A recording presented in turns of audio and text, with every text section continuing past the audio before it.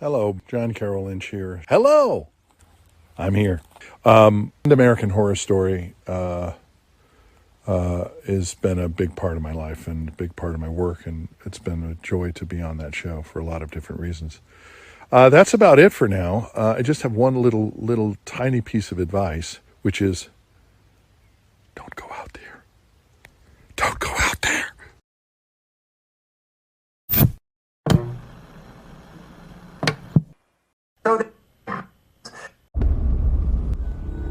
They've conquered the big screen. Now, get ready for the spin-off sure to send chills down your spine. It's Nico, Brian, Mike, and Dustin in Don't Go Out There, the series. Welcome back, everybody, to DGOT, the series. We really appreciate y'all listening. We hope y'all have been enjoying these series reviews. I know we have. It's been a lot of fun. Just want to give a quick shout out to our website, don'tgoouthere.com. Everything about our podcast is on the website. All of our episodes and interviews, if you want to check those out. We've done some incredible interviews in the past. Go check them out there in a specific tab by themselves so you don't have to scroll through hundreds of episodes on Apple or Spotify, etc. We also have our store if you want to grab a shirt, a mouse pad, a hat, all that good stuff. We'd love to see your pictures, rep your favorite podcast. And Shan's Etsy page is also attached if you want to grab a tumbler. All of our social media links are on there as well. Facebook, Twitter, Instagram, YouTube, TikTok. Like us, subscribe us, follow us, all that good stuff. And the last thing I want to shout out on our website is our Patreon. We call it Blood Donors. We have the traditional monthly reoccurring kind. If you want to support us, help us pay the bills, as we say.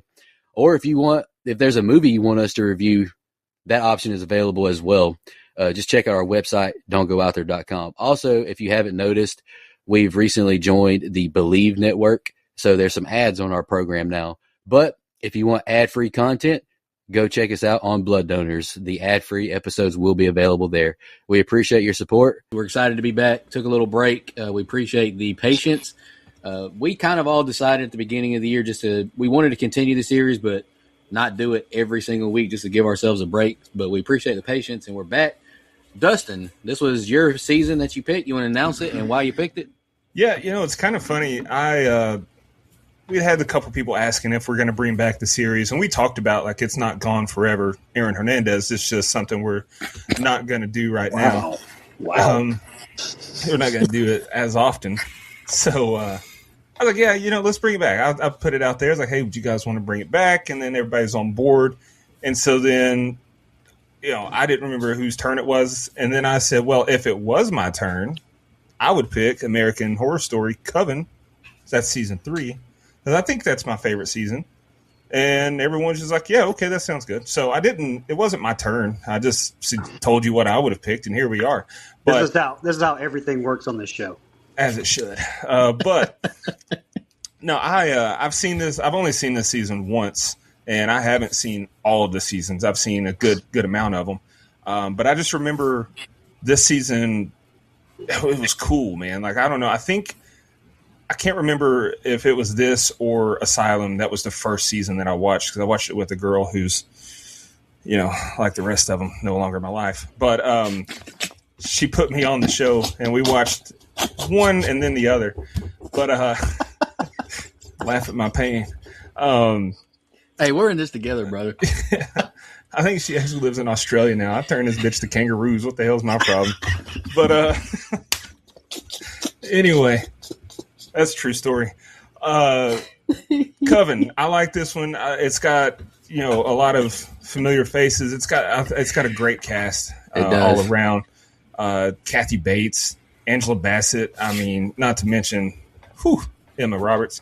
But yeah, I liked it, and I couldn't remember if you all had seen this season or not. I know we talked about which ones we hadn't seen. I couldn't remember, still don't know. But I wanted to see what you guys thought of it. Yeah, I'll go next. I have seen the season, but it's been a while. When it comes to American Horror Story, and it comes to the series in general, I struggle to remember the stuff that goes on. Yeah. I can remember movies a lot better than the seasons for some reason. I don't know why, but I have seen the season. And Dustin, I think I mentioned it to you in a text, but the past few weeks I have watched a few other American Horror Story seasons. I just watched Freak Show. Mm-hmm. I watched Murder House. I've seen Asylum, like you mentioned. Coven is really good. 1984. But yeah, I've seen Hotel. To me, I like all of the seasons that I've watched so far, and the more that I've watched them, and like the past few weeks as I've watched a couple other seasons, like I've just become really impressed with a lot of like I like the camera work a lot. I like the way that they transition between scenes from like the way the color looks, or like it looks like it's on film in one scene and then the next it looks digital. Like I really like the way they make the show, they put it together, and I always love like the intro song as well. Mm-hmm. But Coven, just to get back to Coven, I agree with you, Dustin. Great cast, and I feel like Brian's going to get a more authentic, like American Horror Story experience because it's got a lot of the regulars with Sarah Paulson and Jessica Lange, Kathy Bates, Angela Bassett. But we also get like Evan Lily Peters. Rabe, Thaisa, Emma, all of them as well. So yeah, I'm excited to take this season on. Like doing my notes for this first episode, I didn't really remember much because it's been a couple years since I've watched it, but I really like this first episode. Like there's a lot going on, a lot of characters, but I like the way it transitions between scenes. Like you can feel the mood change, and I really like this first episode. Hey, real quick, because you mentioned a season that I actually don't like. So you liked Freak Show? Yeah, I did like Freak Show. See, I didn't care for that one. But anyway, maybe on a rewatch. Yeah, the clown is scary as hell in that one. Yeah, that's fair. So I'll go ahead and go then, I guess. Hey, welcome back, Brian. The series brought him out of retirement. Let's go. Listen, I always wanted to watch some more American Horror Story after we did 87. Don'tGoOutThere.com. That's the only one that I've ever seen. So, yeah, I exercised the old free agent option to be a part of this 13-week escapade here, if I calculated correctly. And I'll be watching it one episode at a time as we review it because I have not seen it. If you care, you'll get to hear me react accordingly there. But yeah, as far as this episode goes, I'll withhold judgment obviously as we get further along. But I'd kind of be lying if if I said I wasn't a little bit disappointed so far. I mean, it didn't really suck me in right off the bat. And again, I don't know shit about fuck when it comes to the AHS series. I guess I just expected it to be more like True Detective feeling and rated R and less, I don't know, CW Charmed or Buffy-ish. And maybe that's not fair. Like I said, I only have an hour of it thus far. But it kind of felt like it really, it kind of felt like that CW Charmed show right now. And I also really sped through this episode, I felt like. And I don't know, I was a little bit disappointed with the dialogue. So I'm definitely curious to see if that changes or not going forward and how the whole story comes together. Oh, first of all, welcome back, Brian. I mean, that's how crazy gas prices are. Brian had to come out of retirement. Second of all, Papaw Dimension. It's 1984. You said 87. And third of all, God, I've missed this. I've missed this. But third of all, I get what you're saying. Like you wanted it to be more True Detectives and that CW feel, but this came on FX. True Detective came on HBO. They had a lot more freedom to. I feel like this is pretty racy for FX for cable television. Well, I mean, yeah, and I watched Nip Tuck. Wasn't that on FX too? Yeah. So that was pretty racy, especially for the time. Mm-hmm. Like, I don't know. I guess I just expected. What I had in my mind is like this blood gore porn fest, like of just fucking American. I don't know why, but I've always just had that in my head about American Horror Stories. Well, I've seen 6 seasons, and it does get some like dark scenes like that, like bloody scenes like that. But it's still always had kind of a lighter tone when doing it, if that makes sense, like a black dark humor to it. Like I don't know, like, and maybe it's not for you. Like maybe it might not be like your thing. So after the end of this season, if you didn't care for this one and 84, like I really don't know which one I could pick for you because they're all kind of tonally this way. Yeah, see, and that's just, again, my expectations. So once I, get into this more than just an hour, and I don't even remember, I feel like I kind of liked 84. I don't remember. Did I dislike it? I don't remember. No, I don't think you hated it, but I think you only gave it like a 6 maybe. I don't know. We'll have to go. Jamie will have to pull that up later. But it wasn't like a 9, it wasn't a 10, but like I don't think anybody hated it, but like just tonally it's just off. Yeah, I think you were disappointed, but you didn't. Hey, I think you liked it for what it was. I think I think you and I were very similar on that. Michael? All right. Welcome back, Pops. All right. He's back, baby. He must have heard the way I was talking about his theater experience last week on Night of the Living Dead and had to come out and defend himself. I understand. But look, I'll be honest. I don't know shit about the AHS universe. I didn't do 84 with you guys because I was busy, for lack of a better term, didn't have enough time to devote to it, and I always want to put my best foot forward. So I missed that when you guys were doing it. So I was curious. I wanted to see what the hubbubaloo is. Now, I'll be honest, 48 minutes in to American Horror Story, I'm a fan. It hooked me pretty much right away, and cast is fantastic. Dustin, you kind of mentioned it. You ran off a list of names, and Nico mentioned a couple more, so I don't have to do that now. But this is a great cast. It's a great ensemble cast. I don't know how many seasons there are. I don't know what the themes of these seasons are, but I do know it's an anthology series with mostly the same actors, correct? So Sarah Paulson's in a lot of them. The Farmiga one is in a lot of them, right? Emma Roberts makes a lot of appearances and stuff. So, now this kind of makes me want to watch all of them. Only 48 minutes in, so it did impress me in that way. This reminds me, and this is going to be, I'm going to get shit on for this, but same creators, a lot of the same cast, so I consider this in the universe. This feels like a much darker version of Scream Queens. It really does. So when I pick Scream Queens, whenever it gets on a streaming platform, you'll see what I'm talking about. So that alone, and it's mostly Emma Roberts, which, God bless, I have a comment about her later. I may have to have Brian edit out, but not the point. Point is, really enjoyed diving into the first episode here. I thought it hooked me right away. Kathy Bates, her first 10 minutes on screen made me be like, all right, this may be pretty fucking cool. Now, I will say one small critique I have about the whole thing. Kind of wish we had, and maybe there is, guys, you tell me, is there a season that takes place in all a long time ago, like the Kathy Bates stuff, or is there nothing like that? Because that was fucking cool. I wanted to dive into that universe more. Like the full season? Yeah, not. Yeah, there's anything take that far back. Place really far in the past. Okay. Well, I mean that's fine. No, but great start. I mean, every season will go back in time, but I don't think there's one that's set all the way back in time for the whole period. Okay. Asylum takes place in the 40s or something. Yeah, but it'll jump back 40 years to when shit popped off, and Freak Show, it went back into the 20s and 10s and all that. Yeah. So not that far back, like the Kathy Bates stuff. Yeah, Civil War era. But all right, anybody else have any opening thoughts? Well, you know the drill. Lord, bear me strength. I'm doing scene by scene. Episode 1, Bitchcraft.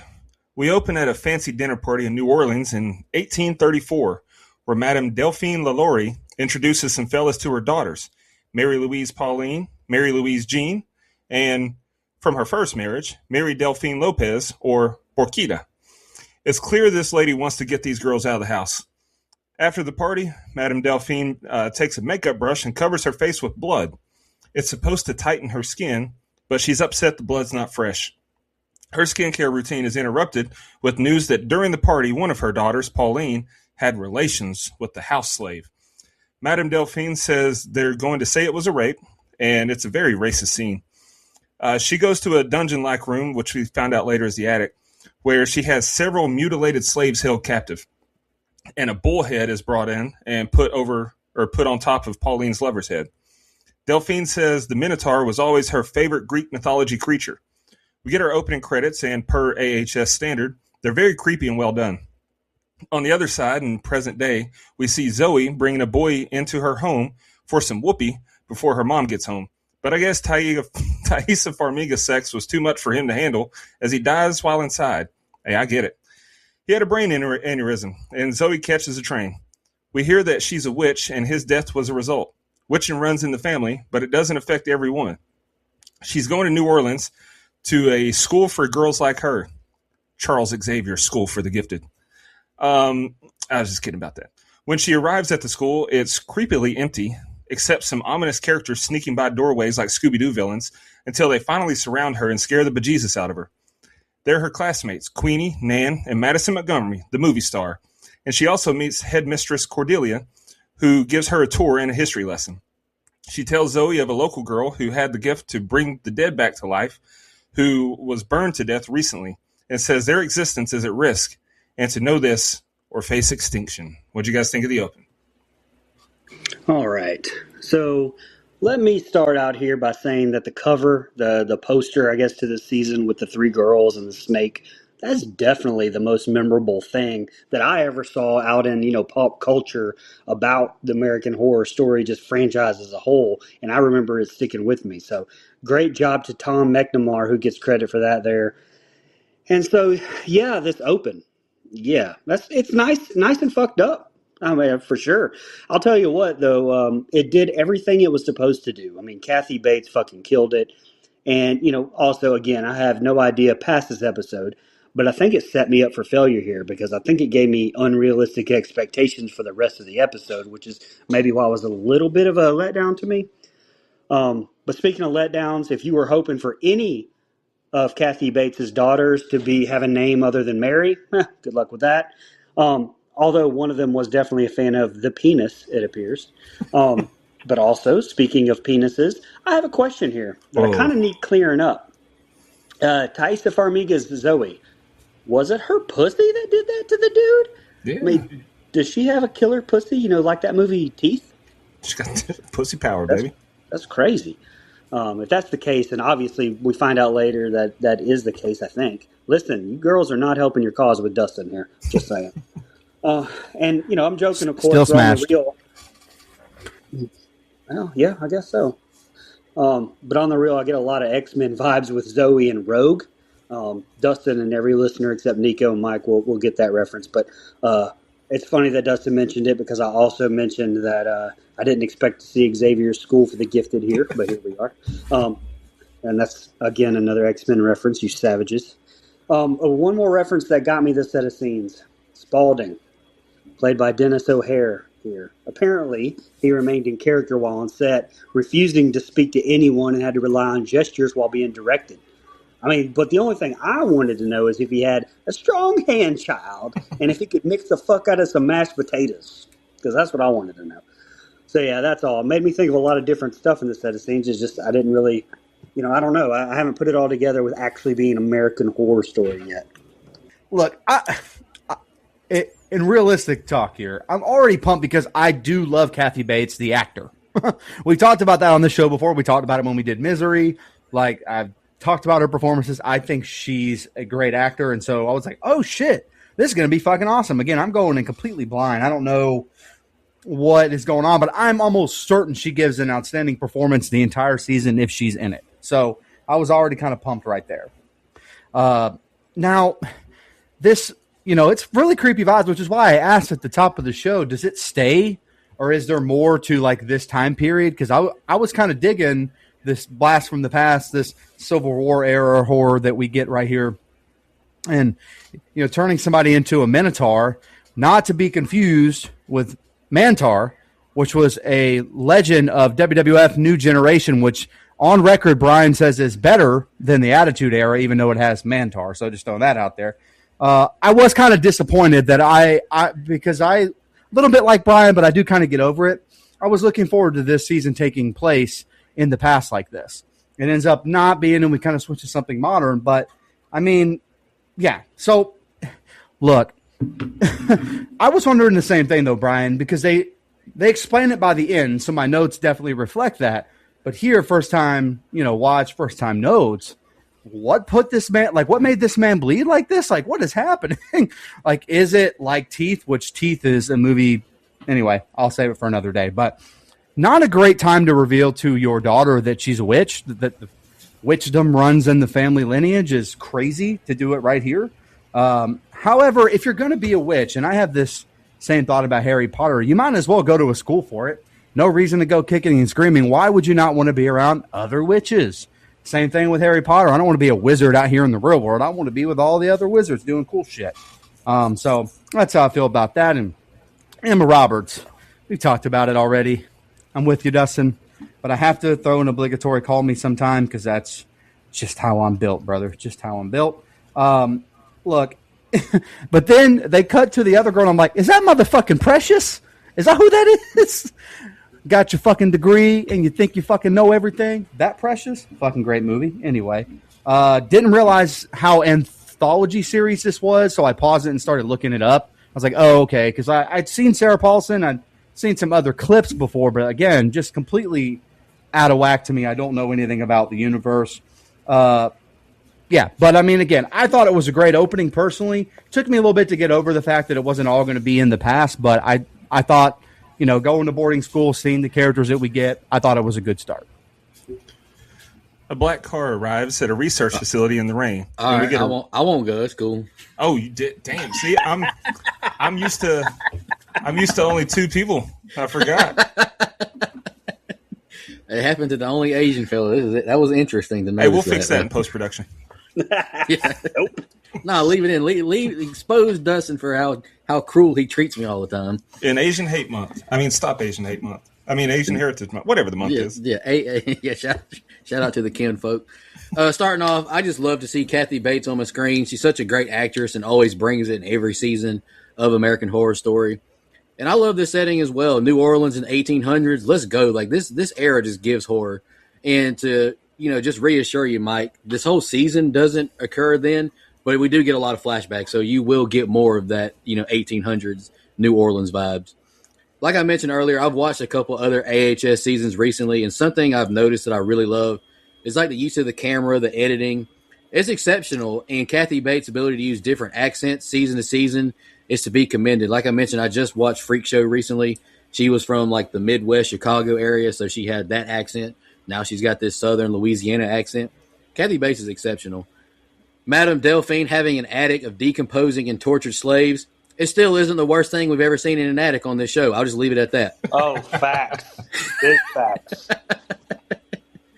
Say what you will about Ryan Murphy, and there's plenty you can say, but the American Horror Story opening credits and that song, absolute cinema. And, these are worth watching every single episode to me. I really enjoy them. Poor Charlie, being a complete gentleman during coitus, and bro gets the worst time brain aneurysm ever right as he's about to get cheeks. I felt terrible for that brother. He seemed like a good dude. Mom said, fuck that kid. We're shipping you off to boarding school in a whole different city. You hate to see it. And yeah, if I'm Zoe, I'm terrified too. All these girls with these spooky masks chasing my ass. I would be terrified if I was her. Great to see Emma Roberts. Met her. She's me and her are basically best friends. And to my surprise, she was incredibly friendly. I don't know why going into it. I don't know if you felt the same way, Brian, but I kind of felt she'd be kind of a little bit bitchy maybe just because that's just the vibe she gives and everything I've seen her in. But if you get a chance to meet her at a convention, I highly recommend it. She was great. Yeah. More great camera work as we see Misty Day bringing the bird back to life at the revival. I thought that was great. And the last thing I thought it was a great opening. We've established some of our main characters, and you've had your typical American Horror Story style shocking scenes, and I'm invested. Hey, before you start going, Dustin, am I off base saying that I just felt like this whole first set of scenes here was so rushed? I felt like there was a lot happening. It was not slow. It was just bam, bam, bam, bam, bam, bam. And am I the only one that felt that way? No, I mean, they did go through it rapidly, but I can appreciate it. Don't draw it out longer because that's not the meat of the story. Really, is the Kathy Bates stuff. I mean, it does have a lot to do with it, but we need to, in my opinion, we need to meet where the story is actually going to take place. Spend more time with them. So I wasn't mad at it. And Dustin, you've seen several seasons of this show like I have. To me, that's one of my biggest pros and cons of this show is there's a lot of characters in every season. There's a lot going on in every season. So it's going to be moving. It's going to be moving fast. There's going to be a lot of characters to keep up with. And honestly, it can be distracting if you don't really care for some of them. Yeah, it can be hell trying to remember things. But from a watching standpoint, it's easy to watch. It's like you said, it's you fast don't get moving. bored. Yeah. Did Ryan Murphy and Brad Falchuk write both of them or all of them? I mean, they've done a lot. I can't say all of them, but I think all the ones I've seen, yes. I don't know about that. Also, it's nice to see Kathy Bates back in the great state of Louisiana. Haven't seen her there since she raised a All-American linebacker, best tackler I've seen since Joe Montana. And as far as the 1800s New Orleans, I like to call it Saint Denis because, brother, that is Red Dead Redemption 2 all over. Yep. And I love that. Yep. But all right, now I guess I'll start the next set of scenes with your blessing. A black car arrives at a research facility in the rain, and we get a really cool overhead shot of a woman exiting the car, not revealing who it is. Inside, David tells of a monkey who's in her late 80s in human years, who has a long list of health problems. They injected it with their secret serum, and the monkey has been rejuvenated. The woman, Fiona, says she wants it, and she doesn't want to wait. She doesn't want cosmetic surgery. She wants an infusion of vitality. He stands his ground, and we cut to Fiona railing lines and dancing to In-A-Gadda-Da-Vida. Hell yes, sis, that's my kind of night. David shows up, and Fiona says she's been taking the injections 5 days now and nothing. She wants double dosage, but he says he'll tender his resignation in the morning. Fiona pulls out some witchy tricks and tosses David around the room. She starts making out with him, and he ages about 50 years in a matter of seconds and dies. Back at the school, Zoe and her classmates are having dinner with while Madison hazes the butler Jeeves. They ask Zoe about her story, and we learn Nan is clairvoyant. No secrets are safe from her. Zoe's ordeal was an accident, but Madison killed her director on set. Queenie insults Madison, so Madison uses the Force to pour Queenie soup on her lap, and we learn Queenie is a human voodoo doll. Somebody's been watching Star Wars lately. Got that right. Nan tells Queenie to come take a walk, and she seems offended at the idea, which, yeah. And then she says she's not hungry anyway. Yeah, all right. Queenie says Queenie and Nan go on a walk, and Madison tells Zoe she's her new best friend, and they're going to a frat party. Cordelia is practicing her botany when Fiona scares her by sneaking up on her. We learn that Fiona is Cordelia's mom and also the Supreme. They have a strained relationship, to say the least, and Fiona is staying to help out, despite Cordelia's objections. We cut to the frat arriving on a bus where Kyle tells his brothers to handle their liquor. The party is jumping, and Madison and Zoe arrive and turn heads. Kyle is in awe of Zoe. He just like me for real. And his eyes follow her as she walks away. Go ahead. She's a soft taco supreme, baby. All right, so I didn't love. This is probably my least favorite set of scenes of all three. So I didn't love a whole lot of it. I kind of spent a lot of this time to do what you guys did at the very beginning of this, which was praise the cast a lot. Just as as Jessica Lange arrived on my screen in this set of scenes, I mean, the first thing I was just like, oh my God, this is where I was like, my God, this cast. I mean, the amount of Oscar nominations and wins just between her, Angela Bassett, and Kathy Bates is incredible. And then you're throwing in Paulson with 55 Emmy nominations and Taysa Farmiga and Emma Roberts. I mean, I was just like, damn, this has some star power. I just wish that it maybe had a little bit better dialogue to deal with, but I will give you some props, Ryan Murphy and Brad Falchuk, like I was just talking about. Like, maybe that's on me, and I just got to get used to it. I hope it does get better moving forward. Pretty good effects here with Jessica Lange sucking the soul out of Nico here, like Shang Tsung, but also very Doctor Sleepish here. And I'm not trying to talk down about the greatest Shining franchise movie when I say this. It just felt a little bit cheesy here. I mean, I think it was the apartment setting. I don't know. It just didn't work for me. It was almost like Goosebumpsy or Nickelodeon. Are You Afraid of the Darky? The way that it sucked his soul out. But this was, like I said, my least favorite set of scenes here. The frat party. I don't know if it was just a setup or what. It just kind of really felt out of nowhere, to be honest. And that's, I guess, my biggest gripe about the episode so far. Is just everything's like, what do you mean a frat party? I thought they were at this Xavier School for the Gifted, and then suddenly she's leaving to go to a frat. I don't. It kind of came out of nowhere to me. I do have more on the ending though. I hate animal trials, and I know, like Dustin and Brian, I've seen Planet of the Apes, brother.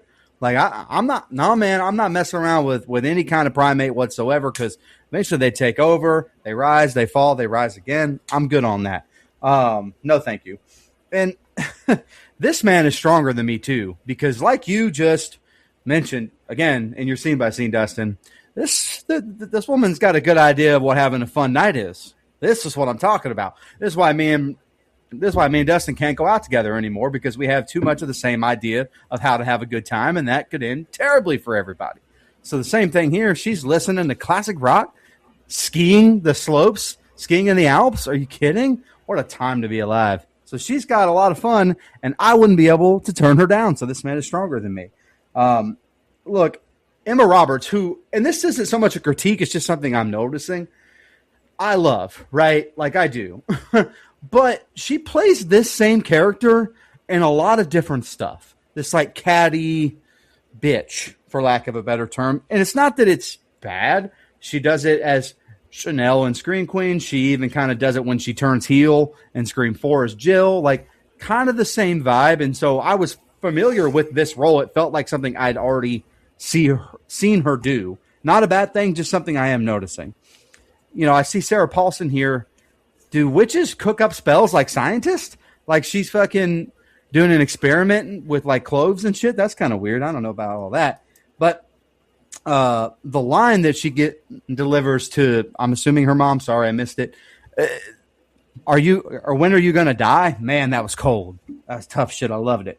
Last thing I really have here is I hate these kind of frat parties. Give me a high school party where the parents are gone every day of the week, twice on Sunday. Whoa. What?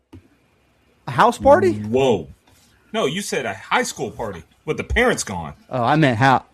Well, you have house parties in high school. I mean, come on. You been on the island, brother? All right. Last thing I have is that's Jeffrey Dahmer. He's fucking Jeffrey Dahmer's in this. Good for him. Oh, he's in a lot of this show. Evan Peters. I know. Yes. He did the. It's the same team, right? The American Horror Story, American Crime Story, same team, right?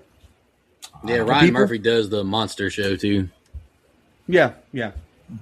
Yeah, I thought, great to see Jessica Lange as Fiona as well, another American Horror Story legend.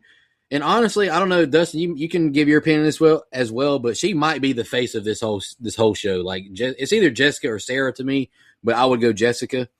A drug that gives an infusion of vitality and youth. This is the substance before the substance. Like, this show walked so Demi Moore could run. I don't think booger sugar will make you any younger, but it'll give you some perks. I have no experience with it, but I've heard that's true. I don't know. And damn, a CEO, I assume, quitting over the plug, demanding more product. This isn't something we usually see. Man, this man has integrity. Someone shout out to the Asian kinfolk. Fiona going full Dolores, sucking the soul out of the doctor. Like, man, it could be worse, I guess.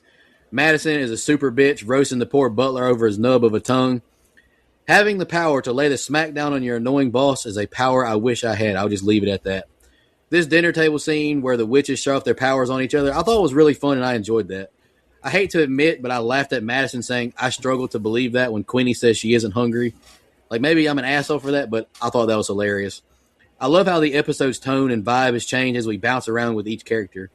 Must be tough being Evan Peters constantly getting cast as Thais or Emma's love interest in all these seasons of American Horror Story. Like, what a terrible way to collect a paycheck. I thought it was another good set of scenes. I had a good time with it. I agree, though, Nico, about how they introduced each girl's power, because we needed to know what they are, what they do, or what they can do.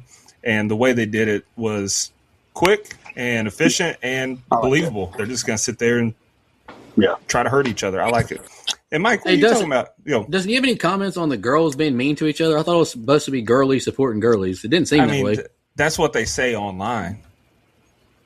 Online. Yeah. The real world. Let me tell you how the real.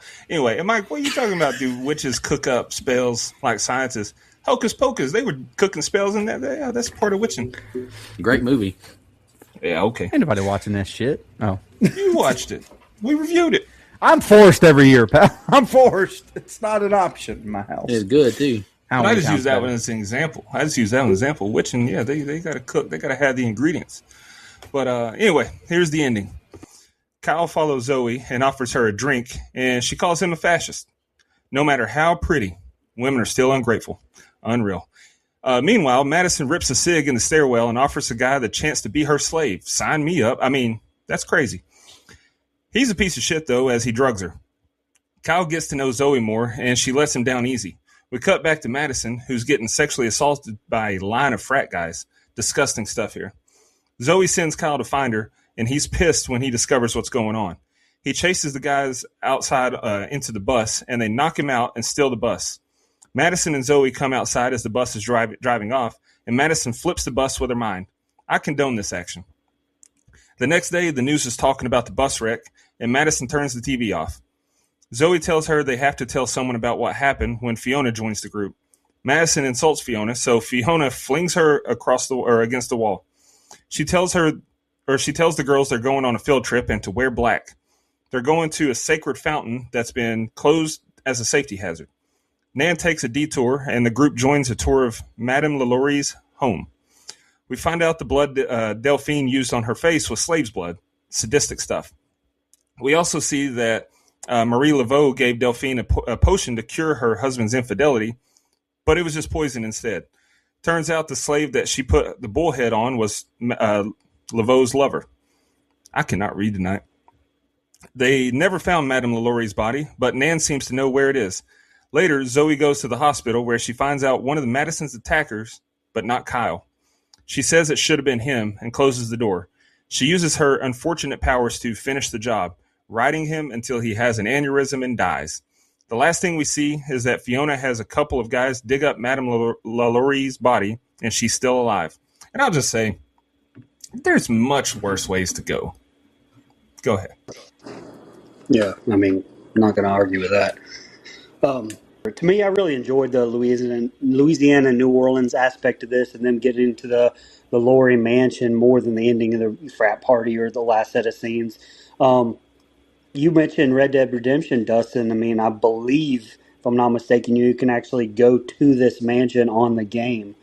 I don't remember. I don't think I ever did that. But side note, also a goof on the newscast, though, at the start of this is where they're talking about the Louisiana county where the deaths took place. Louisiana does not have counties, actually. It has parishes. Holdover from the French times there. But back to this whole thing, I love, again, the setting of New Orleans. I mean, the mansion is obviously a real place. Well, I say obviously. I mean, people don't know that, maybe, that aren't listening from the country or whatever, but it's notoriously considered to be the most haunted house in the entire United States. Fun fact, that Nick Cage fact was also true, but he had to get rid of it in 2009 due to foreclosure, probably after he made Color Out of Space or whatever that fucking shitty-ass movie was called. Shout out friend of the show and blood donor, Sean Irwin. And another big thing I want to give this show credit for thus far is the costumes. I mean, it actually won an Emmy for outstanding costumes for a miniseries, movie, or special, and it absolutely shows. I mean, I don't know what the budget was, but like John Hammond said, they definitely spared no expense. Shout out to Lou Eric, the head costume designer, who has 6 primetime Emmys herself. But all in all, you know, I have more questions than answers, as I would expect after one episode. I'm excited. I'm anxious to see where we all go from here.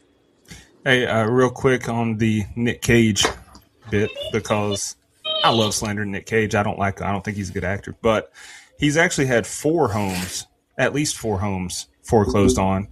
And at one point he owned 15 houses. He's had to sell several of them because he owed $14 million in back taxes. Mike's got that. Bro thinks he's Wesley Snipes. Nah, He don't bro. pay no taxes. Facts.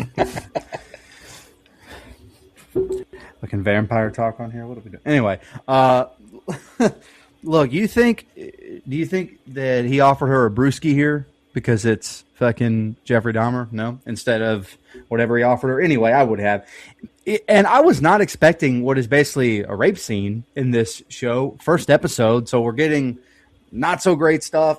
I was uncomfortable, man, because you know it went from her having the control in the last set of scenes to, like you said, drugging her. Now they're taking advantage of her. They're trying to take pictures and film it. Just terrible fucking stuff here. The elephant in the room, I would have thought, was like, use your witchcraft, but she's impaired, so that makes sense. But she does use her witchcraft on the bus. So I thought that was some cosmic justice, if you ask me.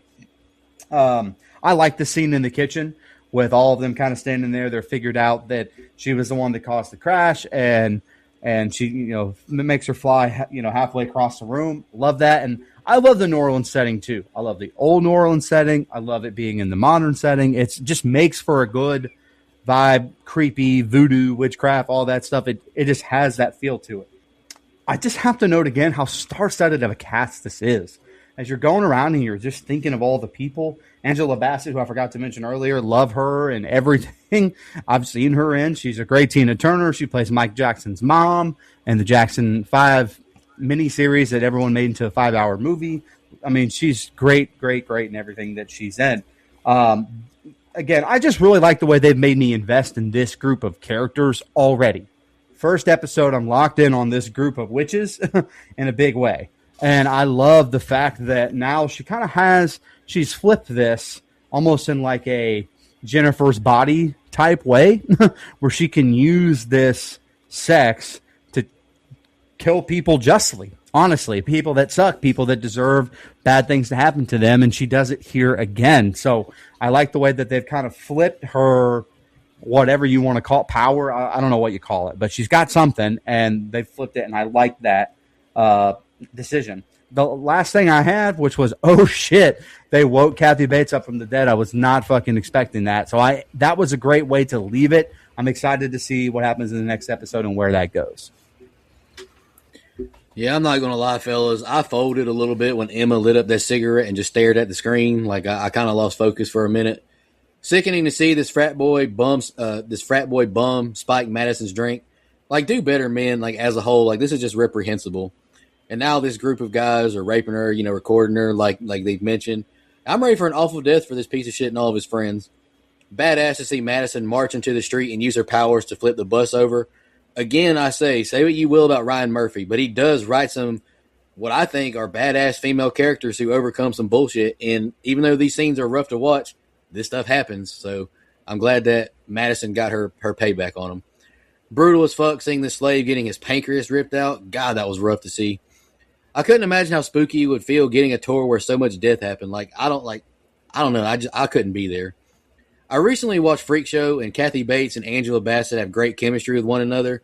I really love seeing these two on screen together. Like, they bounce off each other very well.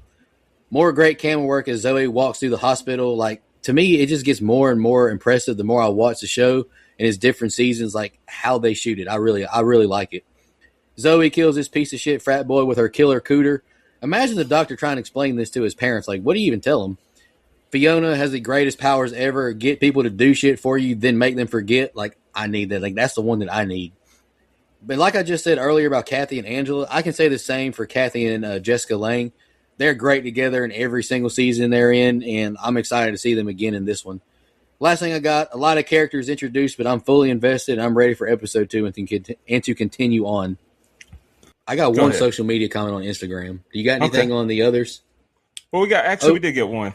Randy Smith, Go Dogs, said one of the better seasons for sure. I agree.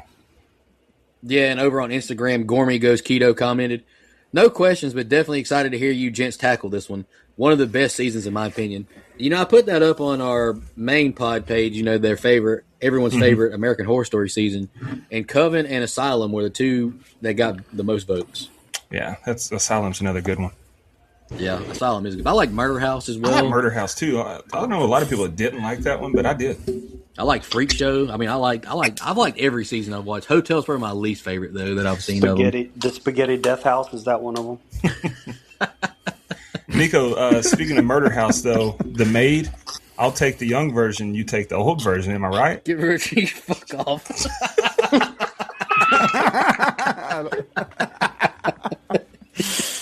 Oh God!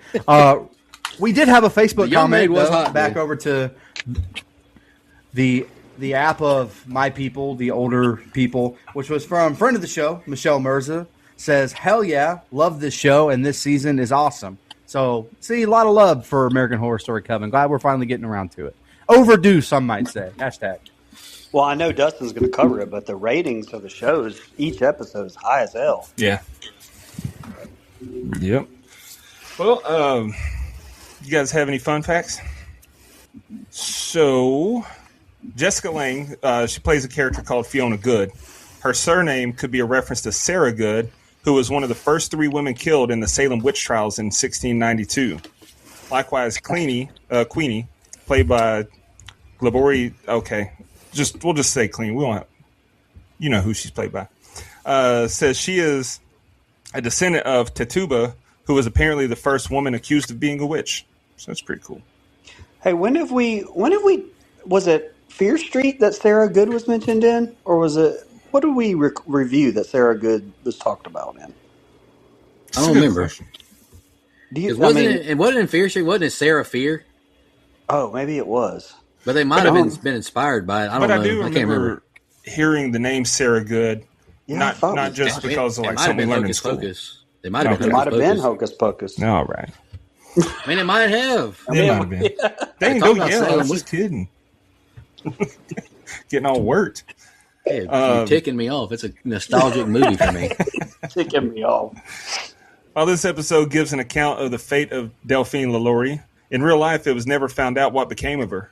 It is known that she escaped justice by fleeing New Orleans on the night her crimes were discovered, allegedly fleeing to Paris, where by all accounts she lived a quiet, luxurious life in anonymity. At some point, she either returned to New Orleans in secret, or else her body was returned there for burial, since her hidden tomb was discovered there in 1924, over 70 years after her death. It's pretty cool. And the last one I've got is that Marie Laveau, Angela Bassett's character, is based on or closely related to the voodoo demigoddess Maman Brigitte. So that's cool. Say that on here. That's cool though that they there's so many real life encounters or stories are incorporated into the story. I love when shows and movies do that. I mean, again, you can say what you want about Ryan Murphy, but like he does his research, like he puts the work in. He don't care who he exploits either. I tell you that much. Yeah. Ain't that the truth? But all right, I'm going to change things up. I'm not going to rate each episode individually anymore. No rhyme or reason, just because. But I will give my final thoughts though, since I did the scene by scene there. I think it's a great storyline. I like the direction, like the story that they're going to tell us. I think the acting is great. Obviously, we've talked about the cast, and I was just captivated from beginning to end. This is, like I said, probably my favorite season of the show, and I think it kicks off with a bang. Like it grabbed me from episode 1. Yeah, same. It's good. Brian, how's it feel to be back? Hey, man, I'm glad it's Sweeps Week. Thanks for having me back for Sweeps Week. We've got to get these ratings up. Dude, but no, it's fun. Every time I hear Sweeps Week, I think of Money Talks, one of my favorite comedies with Chris Tucker and Charlie Sheen. Because, man, fucking Sweeps Week. No, I'm glad it's fun. This I wanted to come. I really wanted to come back for Night of the Living Dead last week. I just couldn't make it work. But there'll be another movie eventually. You didn't miss much with that one. Oh, whatever. I'm good. I needed you. I know. I really wanted to hear handicap match experience, man. All right, we appreciate everyone tuning in. It was fun to review, be back with the series, and I mean, I'm glad that we're doing American Horror Story. Like this is just a fun, easy show to watch. I like it. Yep. Heck yeah. And we'll be back next week for episode 2. Good night, Thaisa and Emma. Thank you so much, everybody. I'll see you next week. And in the meantime, take care of yourself. Just want to remind everybody.